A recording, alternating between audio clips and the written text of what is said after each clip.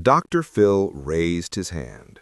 The cameras kept rolling for a split second before the director caught the signal. "Stop. Stop the tape." His voice cut through the studio like a blade through silk. The elderly woman's hands trembled as she clutched a worn envelope, and her husband's face had gone pale. The audience, 200 people who came expecting a typical show about family conflict, sat frozen. Something in Dr. Phil's expression told everyone what was about to happen wasn't in the script.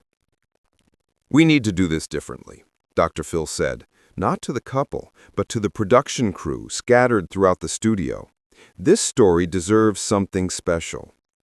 Margaret and Robertson sat on the guest couch, their fingers interlocked so tightly their knuckles had turned white. They were both 76 years old. They'd been married for 54 years, and they never told anyone, not even their 3 children, about the night that should have ended everything. But nobody in that studio, not the crew, not the audience, not even Dr. Phil himself, knew that what the Chins were about to reveal would become one of the most profound moments in the show's 21-year history. 3 weeks earlier, the Dr. Phil show received an email from a woman named Susan Chin Martinez. The subject line read, "My parents need help telling a truth that's eating them alive." The intake coordinator almost deleted it. They get thousands of emails like this every week. But something in Susan's words stopped her. "My parents are the kindest people I know," Susan had written. "Everyone in our community thinks they have the perfect marriage. But I found my mother crying in the garage last month, holding an old photograph I'd never seen before. When I asked her about it, she said, 'Some mistakes are too big to confess. Dr. Phil, they're 76 years old. They don't have much time left. Whatever they're carrying, it's destroying them from the inside.'" The show's producers reached out. Margaret answered the phone. Her voice was soft, careful, the voice of someone who'd spent decades choosing words like stepping stones across a frozen river. "We'd like to come on the show," she said quietly, "but we need you to promise something. Our children can't be in the audience. What we have to say, we need to say it to the world first, then we'll face them." Red flag. The producers noted it, but something about Margaret's tone, the weight of unspoken decades pressing through the phone line, made them say yes. On the day of the taping, Margaret and Robert arrived at the studio 4 hours early. A production assistant found them in the green room, sitting side by side, not speaking, just holding hands. The envelope sat on the table between them, cream-colored, worn at the edges, with a single word written on the front in faded ink: forgiveness. Subscribe and leave a comment, because the most powerful part of this story is still ahead. The show began like any other. Dr. Phil walked onto the stage, the audience applauded, and he introduced the segment. "Today we're talking about secrets in marriage. Long-term secrets, the kind that sit in the corner of your life like a shadow you can't shake." He gestured to the Chins. "Margaret and Robert have been married for 54 years. They have 3 children, 7 grandchildren, and by all accounts, a beautiful life. But they've come here today because there's something they've never told anyone." Margaret's hands started shaking the moment Dr. Phil said the word secret. Robert squeezed her fingers. Dr. Phil noticed. He always does. "Margaret," Dr. Phil said gently, leaning forward in his chair, "tell me about the envelope." Margaret looked down at it. For a moment, it seemed like she might not speak at all. Then, in a voice barely above a whisper, she said, "It's a letter I wrote 50 years ago, the night I almost destroyed everything." The studio went completely silent. "I was 26 years old," Margaret continued, her voice gaining a little strength. "We'd been married 2 years. Robert was working double shifts at the factory. I was home with our daughter, who was 6 months old. I was exhausted, lonely, and then I met someone." Robert's jaw tightened, but he didn't let go of her hand. "His name was Michael," Margaret said. "He worked at the library where I volunteered. He was kind to me. He listened when I talked. And one night, when Robert was working late, Michael came to the house. He said he wanted to drop off some books for me, but we both knew why he was really there." The audience was so quiet you could hear the overhead lights humming. Margaret took a shaky breath. "Nothing happened. Not physically, but I wanted it to. And Michael knew it. He kissed me just once, and then he left. And I stood in my kitchen holding my baby daughter, and I realized what I'd almost done, what I'd almost thrown away." She looked at Robert. Tears were streaming down her face. "Now, I wrote him a letter that night. I told him I loved my husband. I told him never to contact me again. And then I wrote a second letter." She held up the envelope. "This one to Robert, confessing everything." Dr. Phil leaned back in his chair, his expression unreadable. "But you never gave it to him." "No," Margaret whispered. "I couldn't.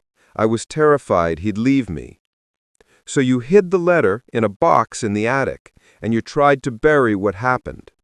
"For 50 years I carried it. Every anniversary, every time Robert told me he loved me, every time our children called me a good mother, I felt like a fraud." Robert finally spoke. His voice was rough, weathered, but steady. "I knew." The entire studio seemed to inhale at once. Margaret's head snapped toward him. "What?" "I knew," Robert repeated. "Not right away, but about a year later, I found the letter. I was looking for Christmas decorations in the attic, and I found your box. I read it." Margaret's face drained of all color. You knew? For 49 years, you knew?" "Yes." "Why didn't you say anything?" Robert's eyes filled with tears. "Because I read the date on the letter. I knew it had happened a year earlier. And in that year, Margaret, you'd become the woman I fell in love with all over again. You were present. You were loving. You fought for us in ways you hadn't before. And I realized something." He paused, wiping his eyes. "Whatever had happened with that man, it woke you up. It made you choose me, choose us. And I didn't want to punish you for a mistake you'd already spent a year repenting for." This wasn't in the show's rhythm. This was off script. Margaret, Robert, Dr. Phil's voice had changed. It wasn't the voice of a TV host anymore. It was the voice of a man who had spent decades in therapy rooms, holding space for pain too heavy for cameras. What you just shared isn't entertainment. It's sacred. And I think we need to honor it differently. He walked over to his desk, pulled out a lighter, and brought it back to the couple. "Margaret, I want you to do something. I want you to open that envelope. Read what you wrote 50 years ago out loud. And then I want you to burn it, right here on this stage." Margaret's hands trembled as she opened the envelope. The paper inside was yellowed, fragile. Her handwriting from 5 decades ago stared back at her. She began to read, her voice breaking. "Dear Robert, I have done something I can never take back. I have betrayed you, not in body but in heart, and I know that may be worse. I kissed another man tonight. I let him into our home, into the space where you should be the only man I see. I don't deserve your forgiveness. I don't deserve our life. But I'm begging you, if you can find it in your heart, please don't leave me. Please let me spend the rest of my life proving that you are the only man I will ever love." She folded the letter, her hands shaking so badly she could barely hold it. Dr. Phil handed her the lighter. She flicked it once, twice. The flame caught. Margaret held the letter over a metal bowl the stagehand had rushed over. As the paper burned, she whispered, "I'm so sorry. I'm so sorry." Robert put his arm around her. "I forgave you 49 years ago, Margaret. I just never told you." The audience erupted, not in applause, in tears. People were standing, crying, holding each other. A woman in the third row buried her face in her husband's shoulder. A man in the back wiped his eyes with his sleeve. Dr. Phil let the moment breathe.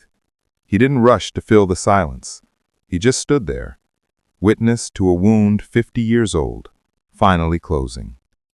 Off camera, Dr. Phil made a choice no producer expected. He turned to his executive producer who was standing in the wings. Call the family. Get the kids on a video call, now. Within 10 minutes, Susan, Michael Jr., and David Chin were on a screen set up at the side of the stage. All three of them had been watching the live taping from a separate room for their parents' request. All three of them were crying. "Mom, Dad?" Susan's voice cracked through the speakers. "We're not angry. We're just so grateful you trusted us enough to tell the truth."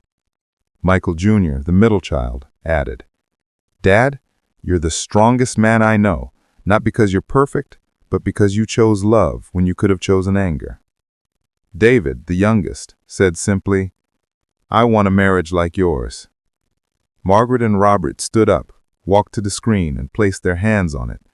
Their children did the same from wherever they were calling. A family, separated by miles and screens and decades of silence, finally connected by truth. Dr. Phil stepped back. This wasn't his moment anymore. It belonged to them. When the call ended, Dr. Phil sat back down. The cameras were rolling again, but this was still different, softer, more real. "Margaret, Robert, I want to tell you something," Dr. Phil said. "In 21 years of doing this show, I've seen a lot of relationships. I've seen people fight. I've seen people break. I've seen people lie to themselves and each other. But what I just witnessed, that's not just forgiveness. That's covenant. That's the kind of love that doesn't just survive mistakes, it's refined by them." He looked at Robert. "You didn't stay silent because you were weak. You stayed silent because you were wise. You saw your wife fighting for your marriage, and you didn't interrupt her redemption." He looked at Margaret. "And you didn't hide that letter because you were a coward. You hid it because you were terrified of losing the most important thing in your life. But today, you chose freedom over fear, and that takes more courage than most people will ever have." Dr. Phil pulled a card from his jacket pocket. "I want you both to take this. It's contact information for a marriage counselor I trust. Not because your marriage is broken, but because after 50 years of carrying this alone, you both deserve a space to process it together with someone who can guide you." Margaret took the card, nodding through her tears. "One more thing," Dr. Phil said. He stood up, walked to the couple, and did something he rarely does on camera. He hugged them, both of them. "Thank you for trusting me with your story. Thank you for showing everyone watching that forgiveness isn't a one-time event. It's a choice you make every single day." But what happened next is something no one in the room or watching at home saw coming. Robert reached into his jacket pocket and pulled out a small, battered jewelry box. He opened it. Inside was a simple gold bracelet, delicate and worn. "I bought this the day after I found your letter," Robert said quietly. "I'd been saving up for months to buy you something special for our anniversary. But after I read what you wrote, I realized I wanted to give it to you for a different reason." He took the bracelet out of the box and held it up. Engraved on the inside in tiny letters were 4 words. "I choose you daily." "I never gave it to you because I didn't know how to explain why I'd had it engraved that way without telling you I'd found the letter," Robert said. "I've carried it in my pocket every day for 49 years, waiting for the right moment." He clasped it around Margaret's wrist. "This is the moment." Margaret stared at the bracelet, then at her husband, then back at the bracelet. She didn't speak. She didn't need to. She just collapsed into his arms and sobbed. The audience rose to their feet, not because someone told them to, but because some moments demanded. Dr. Phil stepped aside, letting the couple have the stage, letting their love, tested and scarred and somehow stronger for it, be the final word. Share and subscribe. Make sure this story is never forgotten. As the show wrapped, Dr. Phil looked at the couple one final time. 50 years of silence just became 50 years of proof. Proof that love isn't about perfection. It's about choice. Margaret touched the bracelet on her wrist. Robert kissed her hand. And somewhere in America, millions of people watching realized forgiveness isn't weakness. It's the strongest thing a human being can do. The cameras faded to black, but the story, the real story, was just beginning for everyone who witnessed it.